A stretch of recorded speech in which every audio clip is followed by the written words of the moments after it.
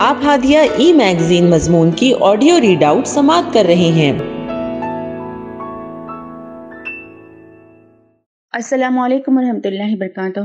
سامعین، میں نصرت جہاں ہادیہ کے شمارہ اکتوبر 2022 کے مضمون کی آڈیو پروگرام میں آپ کا استقبال کرتی ہوں۔ آئیے ہم اس کا آغاز ہادیہ کے زمرہ معمار جہاں تو ہے، جس کا عنوان ہے نظریہ عدم تشدد، اور اس کی رائٹر خان سعدیہ ندرت ہیں۔ 2 اکتوبر اقوام متحدہ کی قرارداد کے مطابق ہر سال عالمی یوم عدم تشدد کے طور پر منایا جاتا ہے۔ جنوری 2004 میں ایرانی نوبل انعام یافتہ شیری عبادی نے تجویز پیش کی کہ عدم تشدد کا عالمی دن منایا جائے۔ ان کی اس تجویز کو بھارت میں بے پناہ پذیرائی ملی اور اس کی جانب سے یہ تجویز اقوام متحدہ کے سامنے پیش کی گئی۔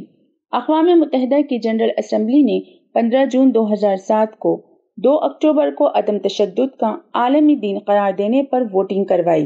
اقوام متحدہ کے 143 رکن ممالک نے اس دن کو منانے کے لیے قرارداد کی حمایت کی، اور اقوام متحدہ نے اپنے رکن ممالک کو عدم تشدد کو فروغ دینے کے لیے یہ دن منانے کی اپیل کی۔ اس خاص دن کو منانے کا مقصد مختلف ممالک کے درمیان قیام امن کا فروغ اور عدم تشدد کے جذبات کو عام کرنا ہے، تاکہ عالمی مسائل اور تنازعات کو باہمی بات چیت سے حل کیا جا سکے۔ عدم تشدد پرامن جدوجہد جو جبر و زیادتی کے بغیر کی جائے اور جبر و زیادتی کا جواب نہ دیتے ہوئے تحمل سے کام لینا ہے۔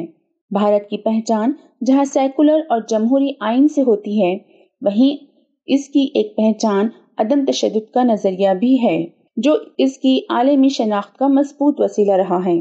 بھارت کی تحریک آزادی کے رہنما مہاتما گاندھی کے جنم دن کو عالمی یوم عدم تشدد کے طور پر منایا جاتا ہے۔ بھارت کی تحریک جنگ آزادی میں مہاتما گاندھی نے سول نافرمانی کی تحریک 1920 میں چلائی اور عدم تشدد کا فلسفہ پیش کیا۔ اس فلسفے کو پہلی بار سیاسی میدان میں ایک حربے کے طور پر آزمایا گیا تھا، اور آخر کار 15 اگست 1947 کو بھارت کو برطانوی سامراج سے آزادی مل گئی۔ ملک عدم تشدد کے ایک انوکھے راستے سے آزادی کی اس منزل پر پہنچا۔ آزادی کی لڑائی کا سب سے بڑا کارنامہ عدم تشدد کا راستہ اپنانا اور تمام تر اختلاف کے باوجود اس پر سفر کر کے منزل پانا تھا۔ عدم تشدد نے نہ صرف ہندوستان کو آزادی دلائی، بلکہ اس فلسفے پر عمل کر کے دنیا کے مختلف ممالک میں آزادی کی لڑائیوں میں اہم کردار ادا کیا۔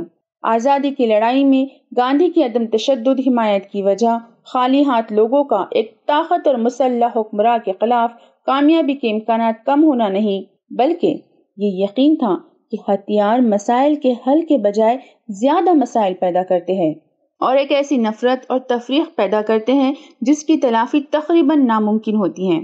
ان کا کہنا تھا کہ میرے پاس کوئی ہتھیار نہیں، صرف عدم تشدد کا راستہ ہے، جو ان کی نظر میں ایک مذہب کی حیثیت رکھتا تھا۔ لیکن ان کا کہنا تھا کہ اس کا یہ مطلب نہیں کہ اس کے ماننے والے صرف سادھو اور سنت ہوں، بلکہ یہ راستہ عام لوگوں کے لیے ہے، کیونکہ مختلف مذاہب کی تعلیمات کا مطالعہ کرنے پر یہ محسوس ہوتا ہے کہ سبھی مذاہب ان دونوں راستوں پر چلنے کی ترغیب دیتے ہیں۔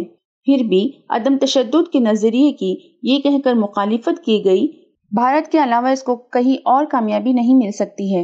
دوسرا یہ کہ عدم تشدد ایک سست رفتار طریقہ کار ہے جس میں نتیجہ بہت تاخیر سے سامنے آتا ہے، لیکن تاریخ اس خیال کو غلط ثابت کرتی ہے، کیونکہ چین کے انقلاب کے لیے ماؤ تحریک کو 22 سال کا وقت لگا تھا اور ویتنام 35 سال کی جدوجہد کے بعد آزاد ہوا تھا۔ عدم تشدد کے فلسفے پر عمل کرتے ہوئے اپنی منزل کو پا لینے والے موجودہ عہد میں قائد اعظم گاندھی، ماؤ زیتونگ، امام خمینی، اونگ سان سو کی، Nelson Mandela, Martin Luther king junior کے نام قابل ذکر ہے۔ بہرکیف یہ بات درست ہے کہ تاریخ طاقتور اقوام اور ممالک کے ذریعے کمزور قوموں پر ڈھائے جانے والے مظالم سے بھری پڑی ہے۔ موجودہ عہد میں بھی تشدد کا بازار گرم ہے۔ بھارت، سری لنکا، عراق، شام، فلسطین، افغانستان، بوسنیا، برما، روہنگیا سمیت اس طرح کے درجنوں مثالیں موجود ہیں۔ تشدد پسند ملک و قوم کو یہ بات یاد رکھنی چاہیے کہ خوف اور دہشت کے ذریعے لوگوں کے جسموں کو غلام تو بنایا جا سکتا ہے، لیکن ان کے دل و دماغ کو تبدیل نہیں کیا جا سکتا۔ تشدد کا مطلب ہے اپنے نظریے کو طاقت کے ذریعے دوسروں پر مسلط کرنا یا کسی بھی مقصد کو حاصل کرنے کے لیے دوسروں کی جان و مال کو نقصان پہنچانا وغیرہ۔ اب سوال یہ ہے کہ عدم تشدد کا فلسفہ کس حد تک کامیاب رہا، اور کیا واقعی بھارت کی سیاست نے اپنے آپ کو اس نظریے کے سانچے میں ڈھالا ہے؟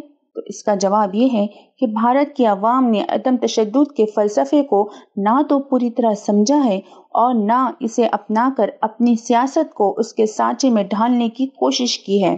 اس کی دلیل یہ ہے کہ بھارت کا سماج اور سیاست عدم تشدد کے نظریے سے عملی طور پر انحراف اور انکار کے راستے پر بڑی تیزی کے ساتھ گامزن ہے۔ آج ہمارے معاشرے میں عدم برداشت تشدد پروان چڑھ رہا ہے۔ درجنوں قسم کا تشدد ایک دوسرے سے روا رکھا جا رہا ہے۔ پولیس یا ریاست کا تشدد، گنڈے یا بدماشوں کا تشدد، کمزور پر طاقتور کا تشدد، ذہنی، جسمانی، نفسیاتی، سماجی تشدد، غرض سارا معاشرہ اس وقت ان کا شکار ہے۔ اس کا صرف ایک حل ہے، اور وہ یہ کہ دین اسلام کے اصولوں کے مطابق عمل اور ان اصولوں کا نفاذ، جس سے معاشرہ پرامن بن سکتا ہے، کیونکہ دنیا کو عدم تشدد کے نظریے سے واقف کرانے والے مسلمان ہیں۔ ہادیہ مضمون کی آڈیو سماعت کرنے کے لیے شکریہ۔